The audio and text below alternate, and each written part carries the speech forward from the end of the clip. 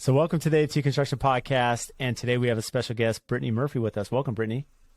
Hi, thanks for having me. We're excited to have you, especially to speak all things marketing. So Brittany is the marketing director and partner at One Thing Marketing, and marketing is something that we've touched on quite a few episodes on the podcast, but I think you can offer a lot more expertise on the subject because as brands, as companies, right, we're all trying to build our network, our bandwidth, right, everything to get in the right ideal clients. So let me ask you, we'll start here. How does a company show they exist online? Well, to me, the answer is pretty simple. They show up online. Really kind of what really makes them exist online is when I'm trying to find your business, your service, your product, if you show up for me. So that could be whether I see your ads, I see your social media, I see your website pop up, I see your Google My Business so I can find your reviews. All of these are great sources that any new customer trying to find someone to work with to fix their problem, these are kind of all the places they're looking for to kind of just make sure they have a good picture of that business and therefore choose to work with them or not work with them. So when it comes to showing up online, that's what I'm talking about when I'm really talking closely to my trade businesses, because these are all the areas that clients are looking at. So if you're not there, you're probably not going to get that business because they are using these as their verdicts to make that decision on who to work with. Well, it's interesting. And and I want to dive into this a little bit more, just the ads, and especially you mentioned Google Business, which I don't think is something a lot of people understand or use. And there's a lot of value in that, right? Especially as we get into SEO in the conversation here. But what's interesting is I was looking at this is years ago. I was kind of looking online at branding stuff, right? And, they talked about that like 90% of people have a smartphone, right? And they have the smartphone, they're looking on it. So if you don't have not only a presence online or your website's not compatible to like a phone, which is different than like the computer, you're going to miss if it's, scrambled or doesn't look right on someone's phone because they're searching. People are on their smartphone and they're using that for everything. Exactly. And if you remember about 5 years ago, there was a thing called Mobilegeddon. At least in the marketing world, that's what we called it. And it was just the Google mobile first update. And so what they meant by that is they want to rank and de-rank websites that aren't mobile friendly. That was like one of their first huge launches they did to showcase we're trying to make this as easy and as helpful for our visitors to get matched with the best websites we can find out there. And so everything you think about when it comes to marketing, you kind of are working with that algorithm, but it's just working with the clients at the end of the day. If you think about it, none of us want to zoom in or zoom out to try to read anything. Not that we're that old, but eyesight goes down with age. Yeah, it does. And so especially staring at a screen or like a phone for so long, Yes, and we do get kind of tired of that. So basically what they're just trying to do and what all businesses need to do when it comes down to is just making it easier for the client to find you and to find the information about you, because that's really what they're just trying to get in and out for at the end of the day. They have a problem. What's interesting about that, Brittany, is just the offset of this is that what's interesting is you look at branding and there was a website I saw and they had this quote on there, and I don't remember specifically or even the website to give them credit, but essentially what they said was, okay, if you don't have an online presence, your competitor does, right? And it's funny because I look back at, especially as our company's evolved and I've worked with clients and stuff, and there's been some very well-known builders that have been building a long time. They're not very present on social media or their website. They're just, but they, from their generation, whether it be realtors or just a staple in the community that they've kind of built on this print media. But that's changing. What's happening is these clients are coming to us and they're finding us because they're not even going to maybe someone who's been around longer because they don't know about them online. And this younger generation and this other generation is online. And so I found that, hey, this is working for me. And so I see the benefit that if nothing else, it's a competitive world for all of us and it just helps us, increase that demographic. Especially in the fact you think of it, in the construction industry, over a third of the home buyers are millennials. And so if any more of that is any one of the younger generation, you just got to think of how they are searching themselves. So, I grew up where I saw the phone book. I used it. My mom taught me how to use it. Do I get one now? Do I even look at it? Or does it go straight in the trash can? Right. It goes straight in the trash can because that's just not how we utilize anything anymore. We want the answers as quick as possible. So that's why marketing and being visible is so important, because we're impatient today as well. So if you are making it a struggle for someone to find you, but your competitor's making it very quick and simple to find them, then you do lose out on that business, because we all want things as quickly and as easily as possible. And just not doing those things is kind of working against that thought process. So it's interesting, and let's tie in the Google business, because you mentioned this, and I was at an event this a few years ago, and they talked about that, hey, as a business owner, which is super valuable, you can go in, you can register your business with Google Maps, as you mentioned, to become like an icon in your area. And for me, all I had to do is I went on the Google website, I claimed my address, right? AFT Construction, I'm Brad Levitt, I'm the owner. And Google says, well, send me like a utility statement, proof of address, that this is you. And you send it in, then Google sent me like a postcard like 2 weeks later with a code, and then I can now register. Now I'm like claimed, I get the check, which is different than like the Instagram blue check, right? But at least for Google, you get the check. But now I'm managing like hours of operation, as you mentioned, the reviews, how important that is, right? As you're putting all this together, and it's just helping, people find my business or other businesses by optimizing Google Maps. Yeah. So how does that work with SEO? Because I know that SEO is controlled by Google too. So is there a correlation between the maps, reviews, as well as SEO? Yes, 100%. So when I actually talk to anybody, the funny part about how the process works is how well your website ranks actually determines how well you're going to rank in the Google My Business section. And so just in case anyone's not aware of that area we're talking about, it's called the little map area where there's usually 3 businesses listed. We see their phone, their reviews, and their hours of operation, and usually a checkpoint on the map of where they're located. So the number one ranking factor for that is proximity. So we want to make sure we're always close to the type of clients we want to get business for. And if we're not, then we need to have an office location that is near those people, because proximity is always going to be a factor that we just have to change physically. We can't change very easily with SEO very quickly. You can expand your network out, but it will kind of take time to get there. So I always try to tell my guys, if you're trying to target a different city, either be there or start to get an office there so you can kind of hone in that Google My Business section. The other aspect of that is really just making sure that you actually have SEO on your website. So if you do home remodeling, for instance, when someone types in home remodeler near me, they're going to rank, they're going to have ads. Usually at the very top, you're going to see that Google My Business section, and then you'll see organic websites below that. What you might notice if you do that search, just anyone out there on their phone listening and multitasking, because I know we all are today, do that Google search real quick. You are actually most likely going to see the people who rank in that top 3 map section also rank below organically. And so it's a huge correlation of how SEO does affect that map area, because the better Google thinks that their website says, hey, they do home remodeling, here's all the information about home remodeling in the city that someone's asking for, that pushes the power more to that Google business listing, because the beauty of it is it's linked to your website. So that's why we always want to make sure you have that link to your website, because the website plays a really big role in that. The other huge role I'm telling everybody about is reviews. So it has increased 3 to 5% every year for almost the last 5 years. I've been with this company for 8 years, and so almost the last 5 years I've started to see the trend where that is a small percentage point, but that is a huge increase in the entire piece of pie of what's important to what Google's looking at.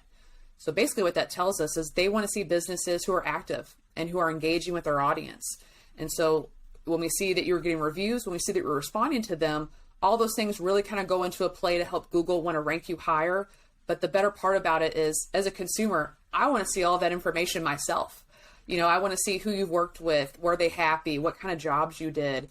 And the joke I give all of my clients is, my last name's Murphy. So Murphy's Law has pertained to me for decades now. And so what I do is I actually go to those reviews and look at the 1 stars just to see what the complaint was, and then to see how the business owner handled that complaint. Did they do it graciously? Was it something where, hey, if something happens to me, it looks like this company will take care of me? Or did they take a few shots of bourbon, answer it back, get a little feisty with their response? Well, now I probably don't want to work with that business, because let's just say this was an honest mistake. Sounds like they're not willing to pick up the slack to make it better for me as a client at the very end of things. So all those things are really optimization to rank better within Google, but really to make sure as well you're converting all of these people that you're spending good time and money trying to market to will convert to calling you, because they see all the things they need to see to say, I trust this business enough to get a bid from them and continue to maybe go down the road and actually work and partner with them and give them my money. I love that advice. I mean, it's genius, Brittany, honestly, because what you said that just kind of triggered something is you mentioned that, just to see what is the temperature of the business, right? How do they respond to conflict? And the reality is, I think most people, when they're going on and looking at reviews, they can understand that, there's always two sides to every situation, if you will, maybe three, right? what you say, what I say, and what really happened. But the thing is that you can't be perfect. And I've actually heard from clients, because I know for me personally, and I heard this from an architect, Mark Candelaire, and he's like, hey, Brad, don't focus on the failures, focus on the successes, right? A lot of us, it's really easy as an entrepreneur in a business to like focus on the mistakes or a disgruntled client that maybe a project didn't go as good as it should have, even though other ones are happy. It happens, right? This is part of business. Sometimes there's things that happen, right? It's just the reality of our business, and it's a customer service business, and it's hard to make everybody happy. And there's a lot of reasons behind it, but in the long run, if you're focused on the positive, well, that's the most important thing. But more importantly, I've heard from a client, he said, hey, Brad, I've actually looked up businesses, and if everything's 5-star, everything's perfect, it makes me wonder, like, is this business even real? Even if they have a lot of reviews, because there has to be something that goes wrong, right? And where I've looked at this is like, yeah, I mean, you may have someone who rates you low, but that's okay. How do you respond? How do you react, right? And this is essentially what you're speaking about, Brittany. Yes, and I tell clients that as well. It's not the end of the world when you get a bad review. That is the natural process that no one is going to be pleased 100% of the time. There's always going to be that negative Nancy out there that just has to leave some type of feedback in some way. And that is kind of where at the end of the day, I mean, that's why we kind of create that as a service in-house for our clients, because it's hard to take a step back. If someone is telling you exactly, I'm upset about your company because A, B, C, D, or maybe they're not even that communicative about it. They're just slandering you and not happy. And it is very kind of hard to see exactly what that side looks like. But that is a good way to increase your brand awareness, to make sure that people understand exactly what you're about and what to expect from you as a company, because they're seeing how you handle hard situations that otherwise they really wouldn't have known what you do. So this is kind of a great way to show your process and explain even more, which really kind of what I call it's that authority-ship. Like showing yourself that you are the authority in your industry is by doing small things like that, because at the end of the day, they really do add up. And so those are always processes, just you need to continuously do them. Like we know we need to get reviews. We know we need to be a good company and respond to them and be very graceful on the opposite side when they're not happy with us. Like be graceful through that. But obviously, we still want to see that you're sticking up for yourself, and we know that you did right by that customer in every way you can handle it. So it really is, on that grand scheme, the bigger and better way of like word of mouth and referrals. Like that's where we're going nowadays, is Google, Facebook, to see those reviews and judge our businesses from there. It's amazing how many clients that I meet with will look up house, Facebook, Google. Those seem to be like the three key, at least for me as a custom builder. I know if you're a production builder or like some of these national builders, I mean, they use, different metrics, right? How they're tracking customer service. But I think for most businesses, small business owners, custom, subcontracting, they're looking at those elements. My question for you is what can be tough as builders, or just, I mean, any advice to like getting reviews? I think a lot of times we're, try to get the punch list done, get furniture and get the client in, like, there's so much. And then to say, oh, by the way, can you give me a review? I mean, is there a tactical way to do that? Is it something that we just have to put on our punch list per se, so that we're asking for it, so that we have that follow-up? Yeah, I mean, putting it on the punch list at the end of the day, you're going to always need that reminder to do something until it's systemized inside of you to keep doing it. Getting reviews is like pulling teeth. It is. It is one of the worst things. And I do understand what's even harder is for builders that have longer term projects, or any trade that is a longer term project with it. You have less chances to kind of get those reviews, just because you're not going to go through clients as quickly when you have maybe service, maintenance, or repair type of jobs as a business that you do. So what I tell all of my guys is, from the beginning, you are always going to be very transparent that you're going to do such a good job. You're going to rant and rave about us at the end. And you can make these kind of jokes throughout it. But as you get close to winding down, you are going to make it more of a personal ask. So psychologically, what they tell us is, if you ask in person for a review and that person agrees to giving that review, so while you're at the house or giving them the keys, they're walking in and they're just loving everything about it, you tell them right then and there, like, I'm so glad you love this. I'm going to ask you, to leave a review for us. I'll shoot you over an email with a quick link. It'll take 2 minutes. And if you could do that for us, like, this is what helps us get more clients that are amazing like you to do amazing work like this. And you can kind of throw in your sales pitch, your local business, or you're a new business, and if you do great work, people want to help you. And that's kind of the part, especially when it comes to building, you're most likely going above and beyond, because these are such big projects. This is not a simple in and out type of thing. So they're going to see those elements that you put into it, the passion you have behind it to do a good job. And so again, just the psychological fact, asking them, they're more likely to do it when you ask them again. So if they don't do it right then and there, which they probably won't because they're way too busy, and that's usually what happens with it, is you will need to create a process internally to ask them afterwards. You will need a follow-up system.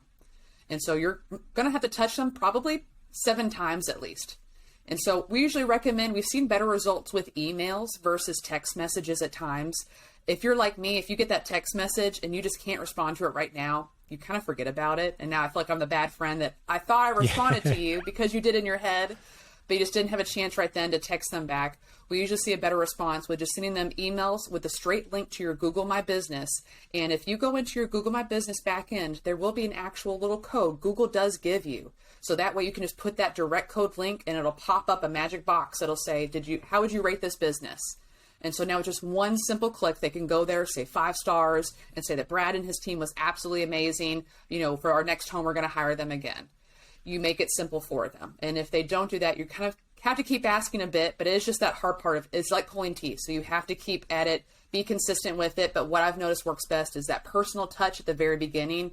We see better results because people are like, Brad did ask me, and I feel bad that I haven't done it yet. So they're more likely to do it there. So add that little touch in and just sprinkle it throughout it. Let them know the expectation is you're going to make them so happy. This would be the biggest and best favor they could do in return for you. I love that. It's interesting you said this because I look back as you were kind of sharing your expertise on this, Brittany, and I look back in my experience with clients, and when I've asked them in person, at the punch walk or closing, or maybe we're at dinner or whatever, they always do it. Like I send them an email and they always do it. And then if I don't ask them, or like you said, I shoot them a text or something, like it's forgotten. So there is power asking in person because typically they're not going to shut you down. And I'd say most of our clients are probably similar. I mean, they understand that, look, things go wrong. This is construction. Like sometimes things don't go perfect, right? We're dealing with a million parts, labor. We're having open surgery in the house, whether it's a renovation or new build. And so things happen. But it's that bedside manner, right? It's the communication. Hey, we're going to find a solution. We're going to get this done. And at the end of the day, they know we're entrepreneurs. Most of them are, right? They know that we're working hard and we're trying to build a business. And I'd say in most cases, most clients are pretty understanding. But what's interesting, something you said earlier on in the conversation I want to bring back that I've never heard until now is you mentioned proximity. That I related to Phoenix Metro. Phoenix Metro is a big city, a lot of little suburbs. So if someone's out in the West Valley, like Surprise or Peoria, and they want to build in Scottsdale, but their address is there and their business is there, they're going to miss out on work. And I never thought about that you need to have your home base in the city where you want to collect your business, as well as if you have maybe another location, you recommend having a satellite office or at least some form of, address or whatever it is so that you can collect, that SEO. Yeah. And you want that second address, that satellite office, to be as legitimate as possible. One thing I'm trying to tell all clients and prospects I'm talking to right now is we've seen it this year. Google is cracking down on Google My Business. And what I mean about that is they are suspending GMBs left and right because they want you to prove that you are not a spam. So they're asking for legal documents, like what you said. You had to send those in to prove you were a legitimate business working in that address, and they finally sent you back the code to confirm your listing with them. We are seeing listings that have been up that are just getting suspended because Google is just now asking for more verification from some different places. If you even submit that, they're even sometimes asking for a video conference where you need to show them the front of the office, the signage of the office, inside to show that you actually work there. So they're getting a lot more diligent about it. So Regis office, co-working spaces, UPS stores, they really don't work anymore for most of the clients we've seen. We're willing to try those, but 9 out of 10 times it does not stick. And when it does, we see within a couple months, Google's found it and suspended it. And then we look at their verification. They're asking for a physical, actual location people can come to do business if needed. So it is getting a lot harder. And so that's where a lot of people who want to expand their service area into all these different cities around maybe a bigger metropolis, you're going to have to find those satellite areas and offices around that just to kind of play that game with it. Because again, if you're an hour away from where you want to do business in, it is going to be such a long-term battle to get there. Just organically with your Google My Business. You'll be much better off getting a satellite office there, doing some optimization to rank better for there. But don't forget, in the meantime, you could always run ads. You could show up in those places, but what we see is it's about 2% conversion rate on the ad at the very top of the search result page on Google. Funny enough, the guy that ranks number 10, the very last guy on the bottom of the first page, also gets 2%. Interesting. So Yeah, so I do tell my guys, you get a better return on your investment if you can just make sure your website ranks for that. And luckily, when you invest in SEO, it's investing in your website versus ads. As great as they are, they're still like a billboard. They're still like a radio advertisement or a TV advertisement. When you stop paying for that, you lose all the visibility of it. So you have to kind of keep putting that budget into it. So let me ask you this, and maybe you can give me some advice here on air. Is that so? And with so I'm based in Scottsdale. That's AFT Construction. That's our home base in the Scottsdale Air Park. Now, what's interesting is I work for a client down in Gilbert, which is kind of the Southeast Valley. So we call it the East Valley, kind of North Scottsdale. It's about 35 miles in between both locations.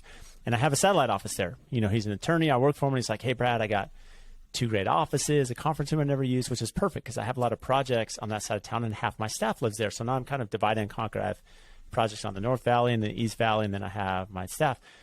For me to register that, which I can because I have signage there and I have, I can work that out with Google. My question for you is, what would I do on Google like to register that? Do I call it like AFT Construction Satellite Office? I mean, what do you recommend for your customers, like how to specify the name to not confuse now my customers of, mailing address and, kind of my home base as opposed to my satellite base?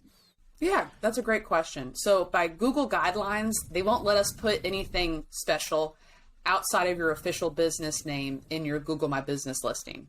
So what I do tell some guys, it's a little trick of the trade. Like if you want to create a DBA, you could rename it something that actually has that city location in it as well. Or if there's a separate aspect or service of your business that you only do in one area, you could rename it closer to that, for example. So if you did remodels for existing, but you also did new build, but they were kind of 2 different offices, you could kind of optimize them for what they are niched down to individually and kind of work down there with it. Does that help answer your question? Yeah, it does. Yeah, that's very helpful. And the ads was really interesting because you mentioned that, and this is something I've never heard any statistics behind it, but so if you're placing an ad on Google, you're getting 2% eyeballs essentially, or conversion rate. But if you're ranking on the first page, even number 10, the last one on the first page is still 2%. So that's the value of, as you mentioned, all this organic content, and in some cases maybe paid SEO content to get ranked on that first page. Yeah, so the map area we talked about where your Google My Business listing lives, that gets a huge area of all clicks for your business. So that's why we always focus on it. But as I mentioned before, your proximity and how well your website ranks also determines that. So for all of my trades, they see a huge portion of their clicks come through that map area. But even as big as that area is, the first 3 organic listings on Google really do get a huge portion of the clicks as well. And so it's kind of where even if you might not rank in the local map because you're not as close to the location as you want to be, that's what I was mentioning earlier. You could still show up that area because your website organically ranks and is relevant enough to that area for that service you're trying to get visibility for. And so that way you could still get 30 to 40% of all the clicks on this because you're in the top 3. So it really is a crazy, just nice little pizza pie as far as the closer you are to the top middle after the ads. That's where the chunk of the eyeballs go. And it's just really more of a trust factor, Brad. When we think about it 5-10 years ago, I don't know if you remember, but you would type in something, you'd get all these ads, but every time you clicked on one of those ads, it was never at all what you were actually searching for. They just wanted traffic to come to that website so they could either scam you or they were selling ED medicine. It was always crazy clickbait to get you on these ads. Well, now ads are way better. There's relevancy scores. I mean, Google's done a lot of cracking down to help with that. But I think some of us are still a little jaded from that. And plus, we think that if someone actually shows up on the map, they're probably more legitimate versus someone who has to pay to show up for that. I think a little bit in our mind, subconsciously, we like someone who exists there. It feels like this is a business who is in existence and real and authoritative. Versus if they're running ads, sometimes we're not really sure and we're a little more hesitant. So that's, again, why I'd rather you show up when you need to be visible on the internet versus only solely depend on those ads, billboards, TV and radio type of things. So without giving out all your trade secrets, right? Because this is what you do, Brittany. But I mean, for someone who's looking to rank, right? Are there certain things they should do? I mean, a lot of it's back end, right? They're using WordPress or whatever for the website. But you mentioned this early on when you talked about SEO content on the website, that there's descriptions or keywords that are, home remodeler Scottsdale or something, right? That'll drive over. Do you recommend, as you're working with your clientele, I know there's keywords and AdWords you can do, blogs, can be beneficial. how are you helping like build the website as well as maybe, just the add-on stuff, blogs, podcasts, social media, all this content that's driving? Yeah. So great question. I'm going to try to unpack that as quickly and simply as possible. Yes. So when it kind of comes to how I look at strategies, it's really going to depend on your goals, your timeline, your industry, and the service area in which you want that business in. So short-term solutions are always going to be more of your digital ads. I mean, we can turn on a Google ad in 2 weeks and you can get calls that same day. So that's a very quick, easy way to throw up yourself in a new area or for a new service that you're not ranking for. But ideally, what you want to do to rank online is you have a great website that has the right content to show Google you're relevant for the area you're trying to rank within. So for a home builder, you were trying to first and foremost show Google that you are a premier home builder and you do everything related to home building as much as possible. The second thing you're trying to do is make sure you hone in the area in which Google wants to show you in. And so that's just a lot of local content. So when you mention all these different things, website, blog posts, podcasts, what should we kind of do? Really all those things hone in that more organic side of a strategy. And that's a long-term strategy when we talk about the organic or search engine optimization way. And so the three basic core foundations are actually what I just mentioned previously. A good website that is easy to use, user-friendly, and it's very just specific on what each page is all about. So you're not throwing everything you do into one page. You're breaking these down. So if you're talking about just all your new builds, here's all the information about new builds, our gallery, our testimonials, very easy to consume right there. If you do remodels, you're using the exact same framework, but only talking about that. And so Google sees this relationship and basically the relevancy and ranks you better for it. Now, when it comes to SEO future and just kind of continuing this progress to make sure you rank and you continue to rank and beat out your competition, is actually just create more of that content. And you can do that in multiple forms. So podcasts, these are great. This is a great way to get out high quality information in a way that people like to consume it, to be honest. I've noticed myself pulling away from reading blog posts a little bit more versus having them either dictated to me so I can do something else and hear them, or actually turn on YouTube videos and I just listen to them versus, actually watching the visual side of it. So whichever way you want to create that type of content, you still do need to actually create physical text content that you're going to add to your website. So if it's easier to talk out loud about what you do, then put that in podcast form, but transcribe that. So therefore you can optimize that content. And just since you're talking about that one subject, add that to the website. The thing to remember is web pages rank, not just a website. So you will see huge websites. I mean, Amazon ranks for days, right? I mean, That's just what we're always going to see on there. But what you'll actually notice if you're typing an exact type of product, it's that Amazon product page that shows up, right? Not Amazon.com. So that's what we're trying to do when it comes down to SEO is you're having individual pages for each of the specific services you do and exactly which area you do that within. So therefore Google can see all the keyword matches basically back and forth between what someone types in on Google and what you have on your website. And they say, wow, this page about remodeling is in Arizona and Phoenix is actually the most relevant I've seen. And it has the best quality I've seen as well compared to other articles out there. I'm going to rank this. And that's what you're doing is just creating more and more content, but you're creating higher quality than what your competitors have created because that's what Google's using as well. They're seeing how authoritative do I think you are? Just like what your clients think about, Google actually thinks about that as well because they want that trust of who they rank. They want to make sure they're doing the best job they can, providing the best results possible. Well, it's interesting, just hearing your example about YouTube that, just as you as a consumer, right? You're going to listen to YouTube. You may not watch the videos because you could be working, driving at the gym, whatever, right? I'm the same way. I'm consuming information, podcasts, like other things like digitally, right? But the transcribing is really important. And then as you talked about this, it really clicked too when you're speaking about Amazon, that if I'm looking for a specific product, that product page is coming up, not Amazon.com. And I think where I can relate is we did a house, ICF, right? Insulated concrete form, ICF house. We're doing net zero house. So I've done some YouTube videos on that, right? I've done some YouTube about ICF house. I've done about the net zero house, and those are keywords. So now I have some customers that were searching. They're like, I even have one of my vendors that I know really well.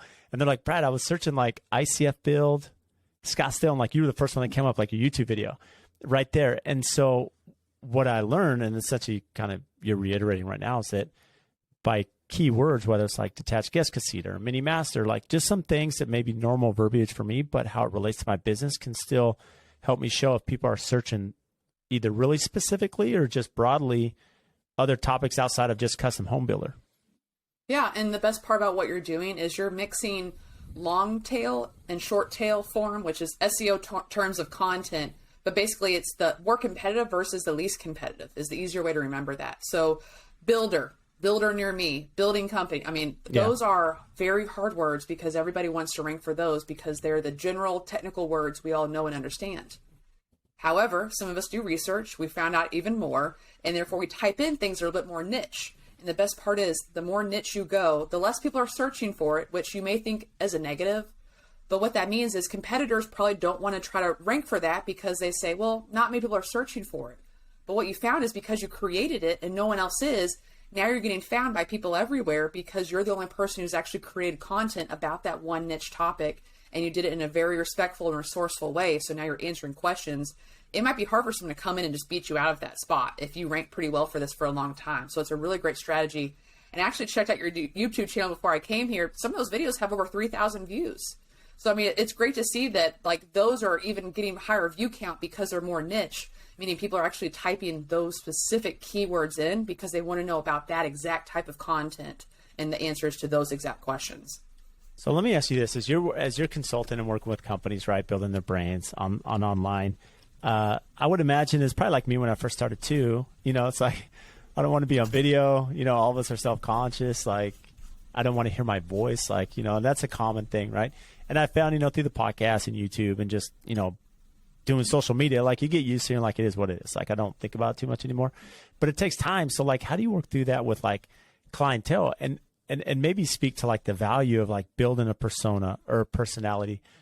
Because the business maybe has like, our business definitely has, you know, my personality ingrained in it, but some businesses, the business owner may not want to be, but they could still have a business persona or personality. So how do you get people get out of their shell and just show them the value of like building that persona?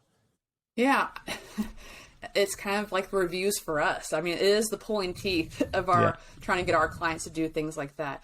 What we've actually noticed is you have a 5 to 10% higher conversion rate on your website if you actually have a video on your homepage, which is not, again, a lot of percentage points. But again, if that could mean 1 or 2 extra calls a month, well, if these are big, great jobs for you, that's a huge difference. And you could get 20, 50 more of those a year because you added in these small incremental things that kind of help with it. And even for that video, we're trying to get our guys to do is that's actually like their brand video in a sense. It is something that I want less than 2 minutes. I only need you with your iPhone in front of you, turned on, push record, say who you are, and basically, how'd you get here?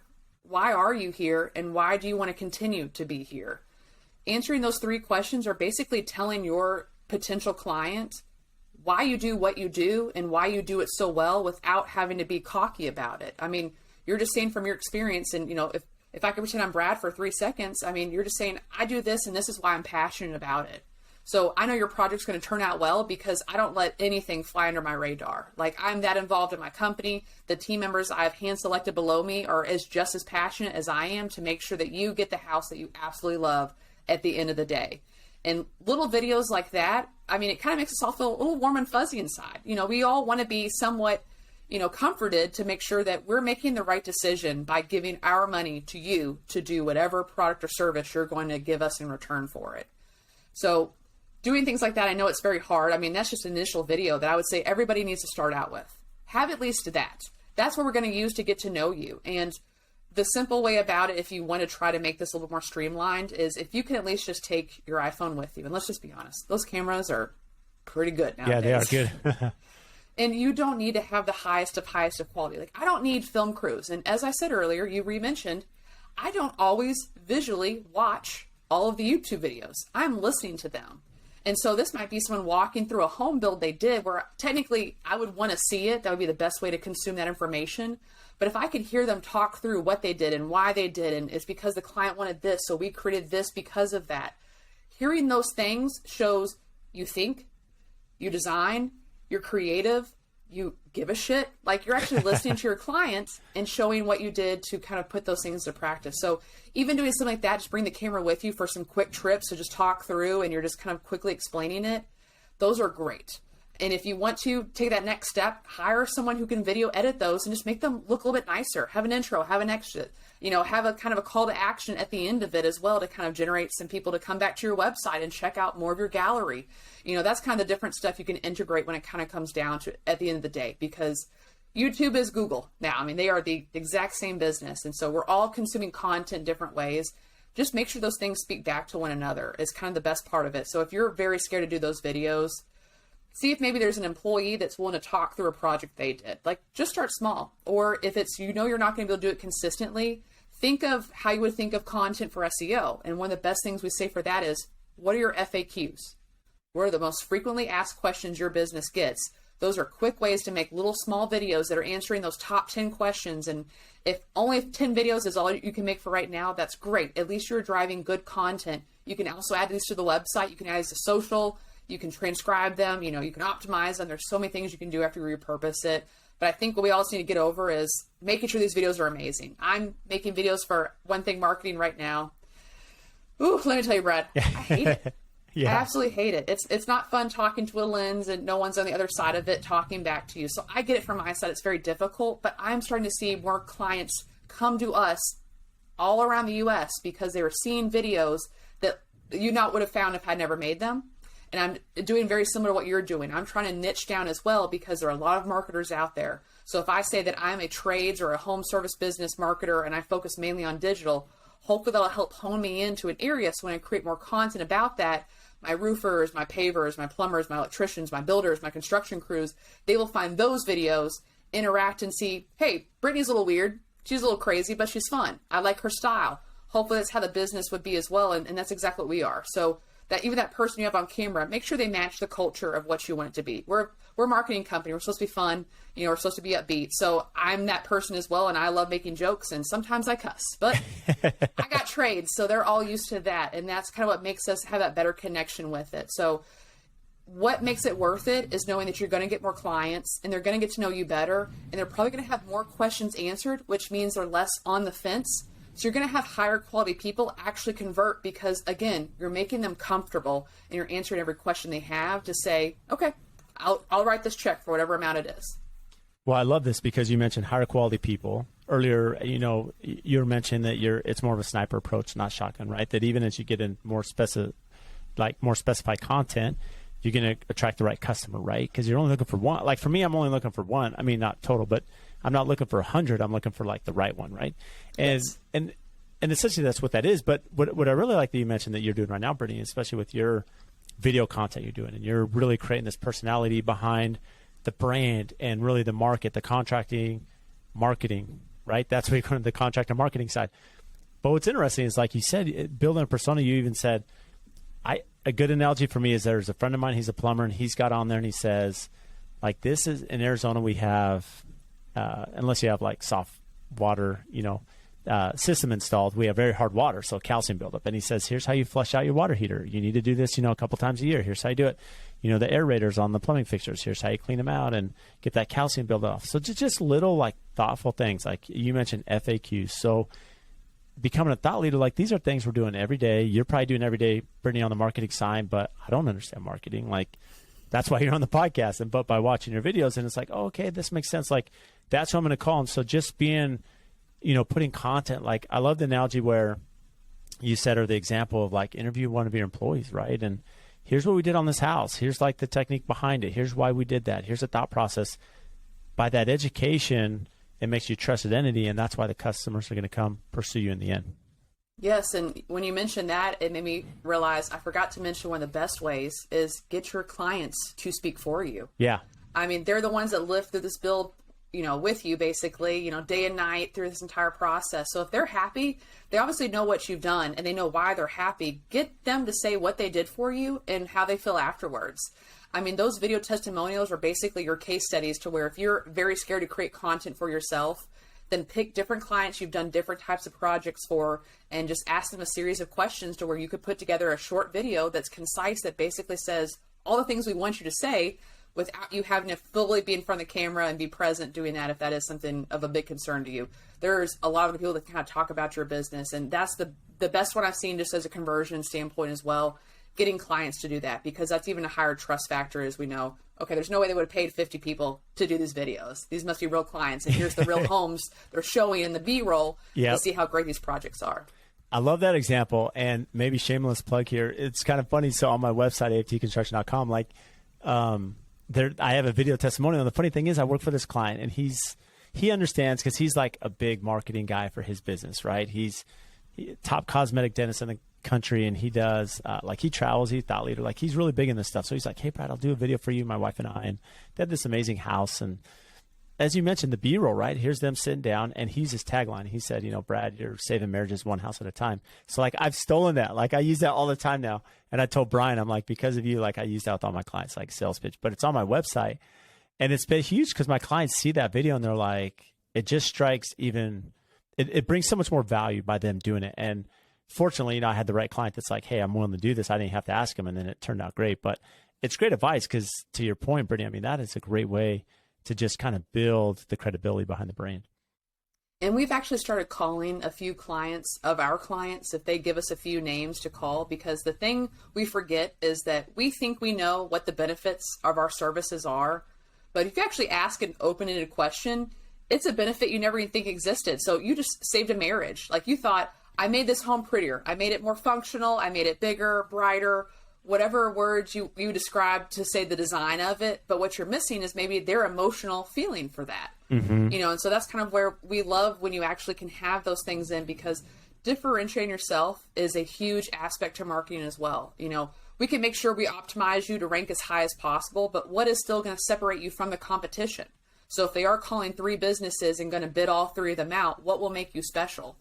So you use marketing to get there to bid for it, but these are still the things you need to think about and hone in with your marketing agency is what makes us special? Why should they pick us? And so that's why, like, the videos about yourself, client testimonials, gallery, I mean, all these things feed in to make sure that the person ends up choosing you at the end of the day. I love the offer that. I think that's something that I've never thought about by having a marketing agency behind me, such as yourself, Brittany, that you're going to go through and sometimes it's easy for us as the builder to go direct, like you said, and ask for the review. But sometimes it's good to have a third party come in and say, hey, let's sit down. Like, how's your experience? And as you mentioned, it's that emotional connection, because there's going to be things said in a positive way. And then you put in the B-roll and then it's like makes magic, right? And sometimes it's easier coming from you having Brittany go ask instead of myself. Yeah. And clients usually don't get asked that way. So they're sometimes more willing to open up versus, again, we just shoot that text message of, hey, leave me a review. This is a much more personal and custom way to really kind of get even more out of it. And again, if they love what you did for them, they probably want to show it off. I mean, if you're creating these amazing homes, then yeah, who wouldn't want to have their home featured? It's kind of just being like on HGTV. They feel probably like movie stars. So don't be surprised that some clients will actually say yes to you because they just love it. They want to show, and they do want to say thanks in a way that's not monetary. And what you don't realize is that actually is a great monetary way for them to do it, because it can increase your revenue because you have these tools at your disposal to now close new clients with. Well, it's interesting. And to that point, I mean, you may even have some clients. I had one client that did the video and they're like, hey, we really don't want to put our face on camera. But they did like all B-roll, voiceover, they gave the same review. And so they still did it. They just, some may be more open to being on cameras and others may not. Yeah. Yeah. And I mean, I think today's age, none of us really think that these videos are fake or spam, because who has time for that? Yeah. So even if it is a voiceover, we're like, okay, that makes sense. I mean, not all of us, I don't want to be on video. I'm sure you hate being on video all the time, but now it's kind of like, well, it's a part of the job, so we do it. And clients don't have that expectation, but again, just always ask. I mean, there's no harm in it, no foul, especially if you're doing great quality work. You'd be surprised how many people are willing to help you back because they're so gracious that they did not have a trouble, or if there was a trouble, you fixed it. You were that type of business that made sure you went above and beyond. So to be successful, like, you have to be really passionate, right? I mean, you have to love it, and because that's your living it, breathing it, right? Why marketing for you? Like, how did you get into marketing, Brittany? Oh, so I went to college for a degree closely related to marketing. It's called merchandise and apparel and textiles. Super sexy. Yeah. Did not end up in that. I ended up in retail management, went from there into basically insurance management. Hated all of it, but I loved that all the places I went, although they were corporate, whenever I got to talk to the marketing person there and realized the little bit creative things they got to do, I always loved it. I've always been a very creative person in my entire life. And so being in 2 back-to-back jobs that were super corporate structured, and even if you were successful, it does not mean you got to work on the activities that you wanted to work on. I actually found Dan, who's the owner of One Thing Marketing, and reached out, had a conversation. I had never known a lick about search engine optimization before that day. 8 years later, I know it frontwards, backwards, left, right, up, and down, and I love it because it's something that changes every single day. And I think that's why I've always loved marketing, is because you can't just lean and depend on the same things every single decade, year over year, month over month, week over week. All of our preferences change, our buying habits change, and we have to make sure we're adjusting with the market. And so I think within that, it always pressures you to just be on your toes. And even just right now being on a podcast, I mean, this is a marketing opportunity to where I'm getting asked questions, and I have to make sure I do a good job of answering them so your listeners get good education. So all these things in the grand scheme of it, I mean, they work together in a way that you just have to make sure that you are doing, again, at the end of the day, what does the client want? How do they want to be spoken to? And what form is going to appeal to them the most?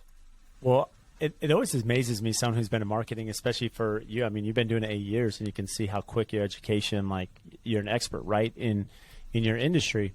And probably very similar to us, like construction. People always say, well, Brad, why are you in construction? And I do, as stressful as it can be, I really enjoy the process. I enjoy the end result. I enjoy people moving into their dream home, building a restaurant, people, going by and visiting that, saying, hey, I was part of that, right? To some extent, like there's some satisfaction, which you have building, like you're building companies and brands and small businesses and empowering them, which I'm sure is very satisfying at the end of the day, right? Because there's like goals that you're achieving. And so that has to play a role just in, day-to-day happiness of like fulfillment of your career. It really does. So, I mean, we obviously have some local clients, but more than half of our clients are actually not located in the same city or even state as us. So we do work with everyone around the U.S. But what I love is the local clients I have when I'm driving and I see one of their trucks on the road. I love it because I'm like, they're on the way to a job that I hope I got for them. Yeah. And that's like where it's a really exciting part, and a little bit about me is I actually was raised like in a blue collar family. So we really were in the breadth of whether that business had leads to give my dad where he was working versus when they didn't have leads and he didn't have any work to do. So when it comes to smaller family businesses or, contracting businesses, trades businesses, it really sometimes can be like a live and breathe type of situation. And what I love doing is talking to a business that might be in that situation, but now they're in the spot where, hey, we're actually booked out for the next couple weeks to couple months, whatever their pipeline looks like, to where they're like, we're so comfortable. We know that we have all of our bills paid for. We know where the next, incoming revenues is, we have put all of our money into our kids' 5-9 college saving plans. Like we're back on track to what we need to be doing. That's what makes me very happy because I lived in a situation where it was difficult and, it's just not a fun situation to be in. So that passion behind, I was in there and I'm talking to a lot of family run businesses as well. Like I want that for them. Like I want the comfort, the security, everything that kind of comes around with having a safe business plan because you're having active leads coming in, the business is growing and things are running seamlessly with it because the latter is just not fun. No one wants to live that. Well, I came from a blue collar family, so I can appreciate that too. I know how that goes. So it's really neat for you to see him, as you're changing people's lives, and it really hits home for you, Brittany. What's difficult, I can imagine, in your industry, just like mine, I mean, it's ever changing, right? I mean, when you started, TikTok didn't exist, and now TikTok is like so prevalent, right? And you have major players such as Instagram that are now trying to combat TikTok, right? This new platform that's out there. So, how does this constantly change just your thought process, your organization, your strategy as you're working with companies to say, okay, I mean, this is so fluid every day to keep on top and say, how do we even like compress this in the direction we should go? And I'm sure there's a lot of variations, right, per company, but there's a lot of education and continuing education you have to have as well. Yes. So to be very transparent, we don't do social media in-house just because it changes so much. We cannot be experts in Google SEO and in all the ever-changing social media platforms. Too many algorithms to figure out. Too many algorithms. So kind of how I look at things when it comes down to that marketing game plan is it's okay those platforms keep changing. I mean, we all have to be okay with it because that's how life is going to work out when it comes to the internet now. Things are never going to be the same tomorrow as they were today. New platforms coming out all the time. So when it kind of comes to that, really, I want you to have a good game plan long term. So again, like that's why I always want to make sure you have a honed in website. That's your house, if you think about it. every social media platform you can put information on is just a little extra area you can throw yourself out into. You can have a great exposure in it. Nothing's wrong with social media, and that's not what I'm saying. But these things are very ever changing, and you're kind of renting your visibility on these platforms. And what you're trying to do as well on those platforms is usually bring people back into you to work with you. So when they do that, they're coming back to your website. That is the landing place that they were going to get more information and make sure they are making a good decision to work with you. So you always want that in the back end of everything. Always work on your website and work on your SEO optimization to make sure you rank well. And basically use social media platforms on where your client is. So when it comes to everybody, every industry is different, and every, honestly, city is a little bit different as well. I'm located here in Louisville, Kentucky, and to be very honest, Twitter is more of a coastal thing. We never really had a hardcore hit of social media push when it came to Twitter here locally. So when it came to that, I would tell all of my local guys, put stuff on Twitter. I'm not saying do not use Twitter, but put everything on those places, and we're going to track, basically the next 30, 60, 90 days, we're going to track the platforms and see what's working for us. At the end of this 30, 60, 90 days, we'll know what platforms we put more of our time with. And not to say you should cut off Twitter, you cut off any of these platforms, maybe just repurpose content there, but be very purposeful the first place you put it. So if you are noticing TikTok's a huge place to get your clients, then basically focus on that one first, but share that information everywhere else, because you might not know where someone else is going to come from. And I know it always seems a little bit irrelevant. We see the same TikTok reels on YouTube shorts, and now it's on the Instagram reel, and it's on Facebook, and we do see those everywhere. We're going to be used to that. And I think that, your clients at the end of the day, they're not going to see every single post you make. So don't be afraid to repurpose those things. If you spent good time and quality to make that minute video, which I know a minute video seems very easy to do, but again, we just mentioned it was a struggle to make any type of video.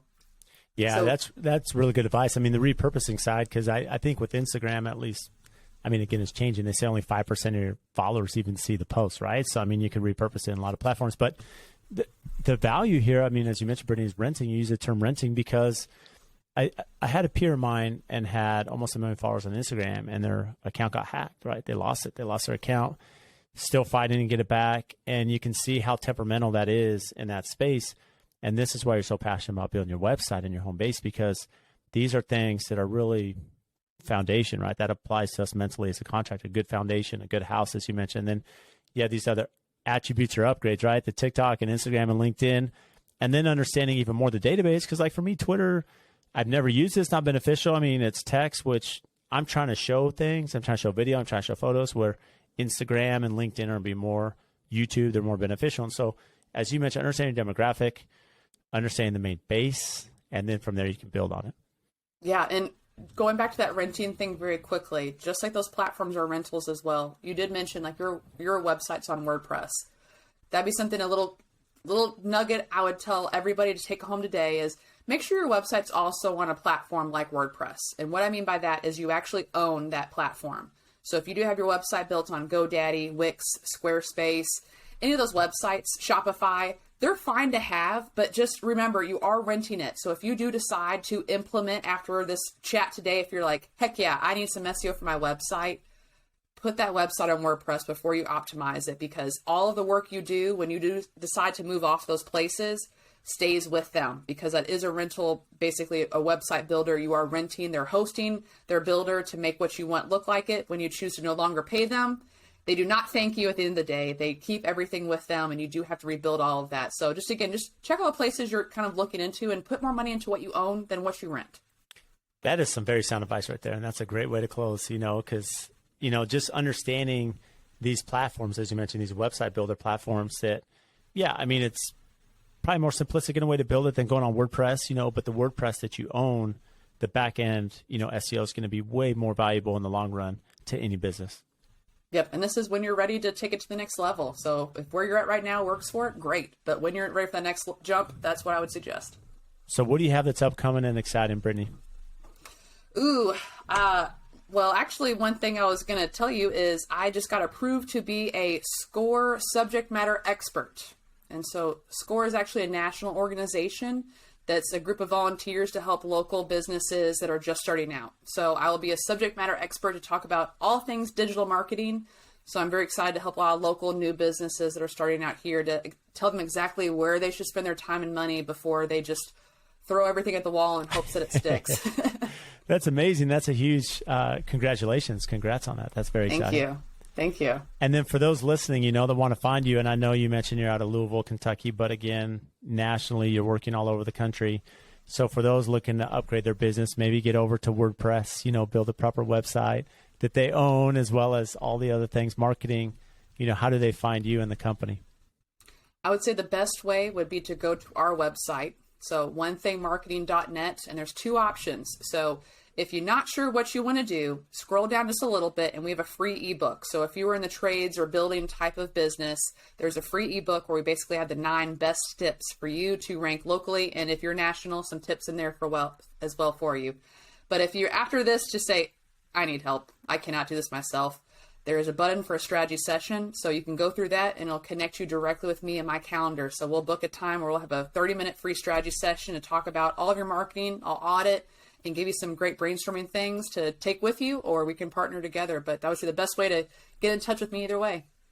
That's amazing. Website, Instagram, like Instagram handles, is there another a good way to reach out? It's all just at One Thing Marketing. Perfect.